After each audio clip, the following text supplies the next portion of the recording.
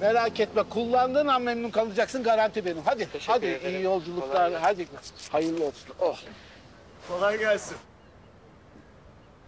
Sağ ol. Yılmadım, usanmadım. Hasreti vurdum sırtıma, düştüm yollara. Sonra hop döndüm aşk şerbetinden içmeye, güller diyarına. Tövbe tövbe. Bu akılsız başsız gene mi geliyor kavuştura? Deme öyle. Kırma beni bu bahar.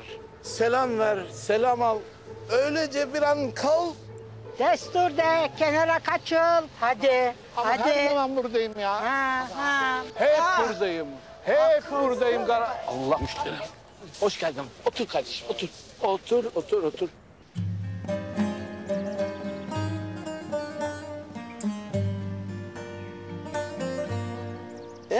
Ne yapacaksın, ne edeceksin şimdi Gonca kızım? Bilmem. Ben de onu size sormak istiyordum aslında. Bilmem olur mu hiç kızım? Senin artık evde darlaydı da pandı derken bir sürü işin var burada ya. Fatma Ana, hanım, pardon. Neyse. Annem her şeyi size bırakmış. Siz de bana devretmek istiyormuşsunuz. Ama bir şartınız varmış. Var ya. Şimdi sen geleceksin oturacaksın anan atanın evinde. 2 sene boyunca mara mülküne sahip çıkacaksın. 2 sene. He. Bu mudur yani şartınız? Ne olacak bak kızım.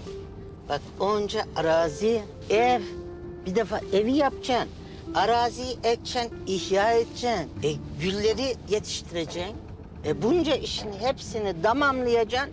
2 sene sonra ben de sana her şeyleri devredeceğim. Nasıl olacak o? Fatma Hanım, biliyorsunuz ben İstanbul'da yaşıyorum yani. Öyle Isparta'da 2 sene nasıl yaşarım ki? Akıl var, mantık var. Sen bir şöyle kenara çeksen ya. Çek. Kenarda bir dur hele, bir dur.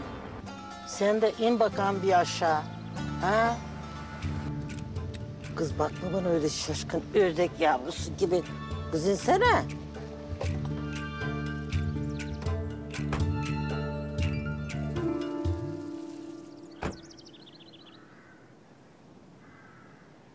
Kızım sen artık buralarda yaşayacaksın diyorum ya ben sana. Sen bunun neyini anlamıyorsun? Ya senin anan bu topraklarda doğdu büyüdü kızım. Buralar senin özün, toprağın, havan, suyun. Her yerlerde senden bir parça var kızım. Anladım Fatma Hanım. Ama öyle birdenbire her şeyi bırakıp nasıl gelirim buraya? Ben hayatımda ilk defa görüyorum buraları. Eğirdir'i, Isparta'yı. Hem bırakın 2 sene, 2 hafta kalacak imkanım bile yok benim burada. Neymiş? Neyin eksik ki? Eken, biçen, sen buralarda geçinir gidersin. Siz ciddi misiniz? He? Şimdi ben buraya taşınmazsam, 2 sene de burada kalmazsam... bana hiçbir şey vermeyecek misiniz? Hayır, vermeyeceğim. Bak 2 sene diyorum. Sen gel burada 2 sene yaşa. Ben sana her şeyleri devredeceğim. Yoksa miras falan yok. Çok güzelmiş ya. Ne güzel bir şartmış bu böyle. 2 sene Isparta'da yaşamak. Öyle mi? Çok şey mi istedik be kızım? Ha. Kocaman evim var yavrum. Ne umutlarla gelmiştim buraya. Kız, ne oldu ya senin umut aşkına? Yedin bitirdin mi kuzu? Kız vallahi kıyamam ben sana. Kız sen niye öyle titrettin sesini kuzu? Fatma Hanım, görmediniz mi evi? O evde nasıl yaşarım ben? Yıkık dökük. Çok kötü durumda ev. Hangi ev bu?